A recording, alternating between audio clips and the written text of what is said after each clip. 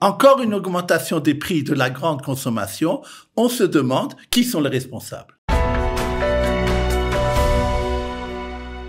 Compte bloqué, augmentation des prix, start-up israélienne qui cartonne, c'est l'actualité de la presse économique avec le docteur Daniel Guggenheim. Daniel Guggenheim, bonjour et bienvenue. Bonjour. Alors on va commencer avec un sujet qui nous préoccupe à tous, c'est l'augmentation des prix. J'ai envie de vous dire, encore Daniel, mais à qui est-ce la faute? Oui, vous avez bien d'ailleurs, comme d'habitude, noté la thématique, parce que vous allez dire encore. En fait, c'est pas seulement à partir de février maintenant qu'on voit les prix augmenter. On a l'impression que ça augmente plusieurs fois. Ça a augmenté plusieurs fois depuis 2023. Et d'ailleurs, pour Strauss, qui est souvent mis en cible, qui a beaucoup de produits, on dit que c'est la 4e fois qu'elle augmente. Et elle dit que comment dire que ça serait pas énorme. Alors, je voudrais remettre simplement dire deux choses pour remettre les choses en place. D'abord, c'est un phénomène mondial. C'est quand j'ouvre la télévision en France, je vois que aussi on se plaint de ça en France, que les prix n'arrêtent pas d'augmenter. Donc, c'est pas seulement en Israël. Maintenant, une deuxième chose que je voudrais dire. Il y a des chiffres qui sont lancés dans la presse. Par exemple, Strauss va augmenter un quart de ses produits de 25%. Quand on regarde, c'est faux. Je parle pour la dernière augmentation en tout cas. Il va augmenter, c'est vrai, que un quart de ses produits. Certains jusqu'à 25%. C'est pas tous qui vont augmenter jusqu'à 25%. Par exemple, c'est quand même énorme. Oui, mais je vais revenir. L'huile d'olive, par exemple, ça oui, jusqu'à 25%, et c'est un phénomène mondial, encore une fois, que l'huile d'olive coûte beaucoup plus cher maintenant. Maintenant, qu'est-ce qu'il faut dire aussi là-dessus? C'est que Strauss a dit l'augmentation moyenne pour cette fois-ci de tous mes produits, c'est que 2%, parce que pas tous n'augmentent, et pas tous augmentent jusqu'à 25%. Beaucoup augmentent jusqu'à 10-12%. Alors, il y a un produit qui m'est cher et qui m'est agréable et qui augmente très fort là maintenant aussi entre 10 à 12%, comme vous savez, c'est le chocolat. Alors, Strauss dit c'est parce que le cacao a augmenté. C'est vrai d'ailleurs. Parmi les matières premières qu'elle cite pour justifier son augmentation, elle dit le cacao a beaucoup augmenté. Mais il y a d'autres produits qui n'ont pas augmenté. Par exemple, comme j'ai dit, elle va augmenter son chocolat traditionnel de 10%, 10 à 12%. Peut-être ça peut justifier. Mais par exemple pour le café ou d'autres choses, non, il n'y a pas eu d'augmentation comme ça. Alors qu'est-ce qu'elle dit? Elle dit mais vous voyez bien que moi je fais aussi des efforts parce qu'on lui a parlé de solidarité. D'ailleurs pas seulement elle, à Tnuva, à Osem, à Shtovis, à tous ceux qui augmentent. Où est la solidarité pendant le moment de guerre? Elle dit vous voyez, je vais licencier 150 personnes et c'est pas des réservistes, c'est pas des employés. Il s'agit des gens qui sont souvent des cadres dans la direction. Ce que Strauss ne dit pas, c'est que en fait, c'est le licenciement c'est parce qu'il y a un nouveau PDG. Il s'appelle Shai Babad, celui qui était PDG du ministère des Finances, qui s'entend pas beaucoup avec certaines personnes qui ont la direction. Alors, j'ai pas tellement trouvé bien cet argument, parce que quand on fait 1+1, on voit que c'est pas la raison pour laquelle ces gens-là sont virés. C'est pas parce qu'elle a du problème. Elle a encore des bons bénéfices. Elle a eu des problèmes elle-même, Strauss, à cause des recalls, des problèmes qu'il y a eu cette année, mais elle reste toujours un grand bénéfice. Donc, comme toujours, il faut partager les choses. Elle aurait pu aussi faire un effort qu'à mon avis, elle fait pas. Ça, c'est à ce niveau de Strauss. Il y a pas que Strauss, il y a maintenant tout le reste. Oui, tout le reste. Au niveau Strauss, c'est-à-dire, et des producteurs, c'est-à-dire que, ou ceux qui nous apportent, qui augmentent et qui pourraient le faire moins. Ça, c'est une première chose. Le deuxième responsable, c'est le gouvernement. Parce que, par exemple, lui-même maintenant, il a augmenté les prix de l'essence. Il a laissé beaucoup augmenter le prix de l'essence. Il a laissé augmenter le prix de l'électricité. Et ça, c'est un coût pour les entreprises qui produisent. Et ça, il n'a pas fait assez à ce niveau-là. Le ministre de l'économie est beaucoup d'ailleurs attaqué dans la presse à ce sujet, et ils ont raison. Parce que ces augmentations-là étaient annoncées depuis janvier. Maintenant, vous avez dit en titre à partir de février, parce qu'en vérité, ça va s'étaler. On parle encore jusqu'à même après Pessah. Quand on parle de l'augmentation de l'électricité, il s'agit de quoi exactement? Là, il y a eu une augmentation de 2,5%. Maintenant, le ministère de l'économie, comme je disais, il aurait pu intervenir plus tôt parce qu'il savait depuis janvier qu'il y aurait ces augmentations-là. Et c'est que maintenant qu'il s'est réveillé en disant « je vais convoquer donc ces industriels-là pour leur faire la morale, pour les blâmer de ce qu'ils ont fait et leur dire nous. Et je vais aussi renvoyer la chef de la concurrence parce qu'elle fait pas bien son métier. » Le ministère des Finances a empêché une loi que la commission de l'économie voulait, une loi disant pendant la guerre, je bloque les prix. On peut faire ça. Et ça aurait... Ça aurait été bien pour tous les concitoyens, franchement. Voilà. Et la dernière, mon avis, qu'il faut quand même dire, qui sont responsables de ces augmentations, comme vous dites, successives. Bien sûr. C'est les consommateurs. Moi, quand je vois quand je vais au marché, même à Daniel, qui est un marché populaire, que je vois des fraises à 50, 60 shekels, et que les gens se précipitent et font la queue pour les acheter, je me dis, surtout en temps de guerre, on pourrait peut-être ne pas acheter à ce moment-là quand ces produits sont les consommateurs doivent apprendre à être responsables et à ne pas acheter quand les prix sont vraiment trop hauts. Et puisqu'on parle d'augmentation, on va continuer.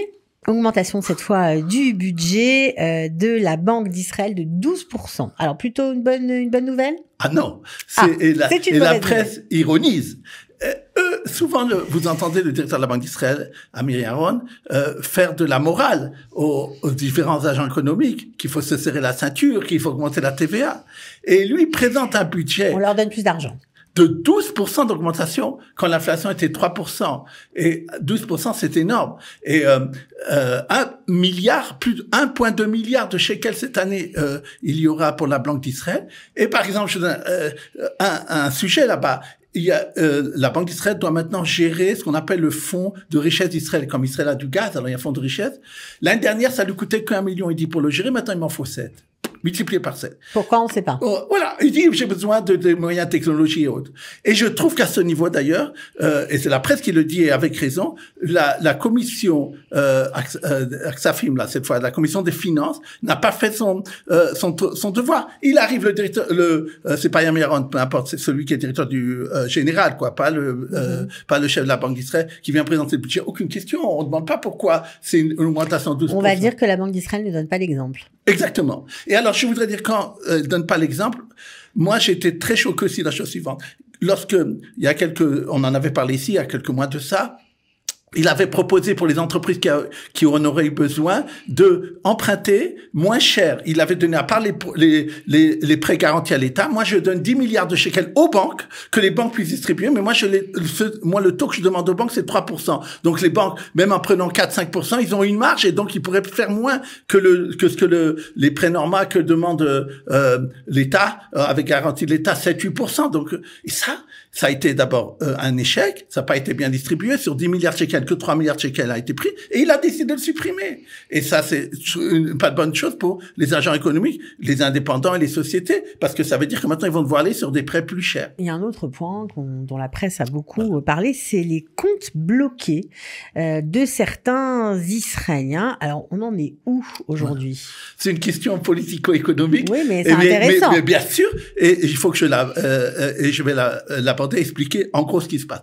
D'abord, j'étais une fois j'ai raconté, il y a la Knesset, il y a quelques semaines de cela, où il y a eu justement les groupes de Olim qui se sont plaints en disant les banques ne nous permettent même pas d'ouvrir, surtout les Russes et les Ukrainiens, et même beaucoup des fois les Français, on ne nous permet pas d'ouvrir les comptes, on est considérés comme des gens qui font des blanchiments d'argent, voire de la terreur, voire... Oui, dès qu'on a une double nationalité, c'est suspect. Tout à fait. Alors, et maintenant, pour bloquer les comptes, il y a des Olim qui sont venus me voir. J'avais l'argent dans telle grande banque, je voulais acheter un appartement depuis longtemps. Tout d'un coup, je vais acheter un appartement, on me dit, on te bloque, on te laisse plus sortir l'argent. Pourtant, on l'a fait venir de France il y a 5 ans. Apparemment, à l'époque, ils n'ont pas demandé toutes les choses. Pour nous qu'il est cachère. Ils demandent la provenance des fonds, ils demandent des justificatifs 5 ans après. C'est ça. Ça veut dire que d'abord, c'est quelque chose qu'on beaucoup vivent, surtout les Olim ou les gens qui sont double nationalité, comme vous dites. Tout à fait. Mais là, il y a quelque chose de spécial. Et bien sûr, ça a beaucoup choqué les gens. Pourquoi? Biden a décidé qu'il y a quelques colons qui sont très dangereux. Je sais pas, il appelle ça des terroristes. Même, ils n'ont pas été condamnés en Israël, je crois. D'après ce que je sais, il y a des enquêtes sur eux. Ils sont certaines fois détention administrative. Mais c'est pas des terroristes. Ils sont pas comme Poutine ou je sais pas. Donc mais des Israéliens qui vivent dans les territoires. Qui vivent dans les territoires. Maintenant. Lui, il a dit, je décide qu'ils vont faire partie de qu'on doit faire sur eux des sanctions économiques. Toute banque qui gérera ces comptes-là sera dans une banque dans une liste noire. Et ça implique quoi pour les banques? Mais vous vous rendez compte qu'on parle de 450 000 personnes qui vivent en dehors de la ligne verte et qui ont des comptes dans les banques israéliennes. Enfin, on marche sur la tête et qui sont parfois gérants d'entreprises, qui sont complètement intégrés dans la vie économique israélienne. Oui, mais il en a nommé que 4. Ah, d'accord, rassurez-nous.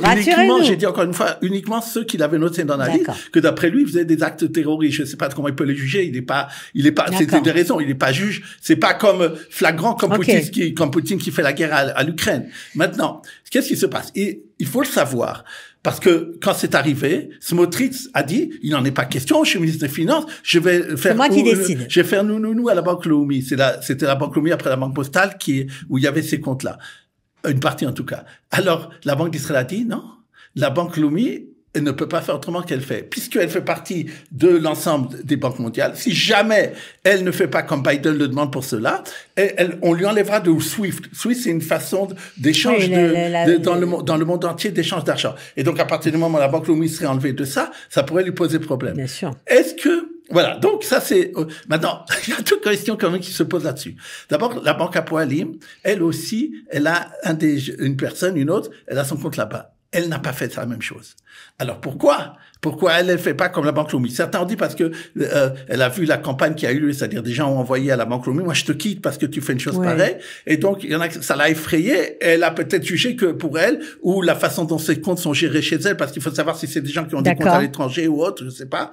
Alors c'est moins grave et elle peut vouloir tenir le risque que ne veut pas la Banque Leumi. Donc c'est possible. Donc ce que je veux dire, c'est que la célérité, la vitesse par laquelle la Banque Leumi a agi et après la Banque Postale est un peu suspecte. Pourquoi je terminerai là-dessus? Pourquoi est un peu suspecte? Pendant des années, la Banque Leumi et les grandes banques en Israël, pour Alim et autres, ont fraudé le fisc américain avec des clients à eux en Amérique et donc ils ont été pour ça condamnés à des énormes amendes. Et donc, quand il s'agissait des gros, au contraire, ils ont aidé. Donc, c'est un peu, disons que c'est un peu hypocrite aussi là-dessus. Aujourd'hui. Bon, alors on verra ce que tout ça deviendra. On va parler tout de suite de Netto. Netto qui finance une des plus grandes compagnies d'agents d'assurance, fait l'objet d'une enquête, voire même d'un procès. Oui, je voudrais expliquer en deux mots de quoi il s'agit. Netto Finance, comme vous avez dit, est une grande compagnie d'agents d'assurance. Il y a les compagnies d'assurance et puis ils peuvent pas faire tout eux-mêmes. Donc il y a des agents d'assurance, ils ont pignon sur rue en Israël, ceux qui font tout le boulot. Et elle a des agents d'assurance que eux, ils gèrent là-bas 60 milliards de shekels. C'est énorme. C'est surtout des retraites ou des trucs d'épargne à long terme. Qu'est-ce qu'ils ont fait? À leurs clients, ils ont vendu ce qu'on appelle des produits qui sont pas liquides. On appelle ça alternatif en finance. C'est-à-dire, vous avez des produits boursiers qu'on sait tous les jours ce que ça vaut. On peut perdre aussi là-bas, mais au moins, il y a un cours là-dessus. Les produits alternatifs, c'est quoi? Par exemple, l'exemple le plus souvent en Israël, il y a énormément d'argent maintenant qui est mis pour financer la rénovation urbaine. On dit aux gens comme ça, regardez, ça marche très bien. Moi, je te promets 7% par an. Par exemple, et toi, tu vas bloquer deux ans ton argent. Tu le vois pas. Tu auras les intérêts, mais pendant 2 ans, ne compte pas que tu aies cet argent. Maintenant, on leur dit que c'est très bien, qu'il n'y a aucun risque, etc. Et il s'est trouvé. Ils ont vendu des produits alternatifs. Ils ont vendu des produits alternatifs. Des gens sont venus après demander, je veux maintenant mon argent. Ils n'ont pas pu leur donner. Ils ont dit plus tard, maintenant on a des problèmes financiers avec ça. Mais ils ont dit, mais je croyais que c'était sans risque. En plus, ils n'ont pas dit à leurs clients que c'était lié, que les chefs de Netto Financing étaient liés à ces produits alternatifs. Ça s'appelle Nigoud Inyanim en hébreu. Nigoud Inyanim, c'est un conflit d'intérêt. Bravo. Et donc, et ça, ils doivent le dire aussi. Et une troisième chose qui apparemment est aussi problématique, c'est que c'est pas évident qu'ils aient le droit de le vendre parce que normalement, pour avoir le droit de vendre ça, il faut un prospect.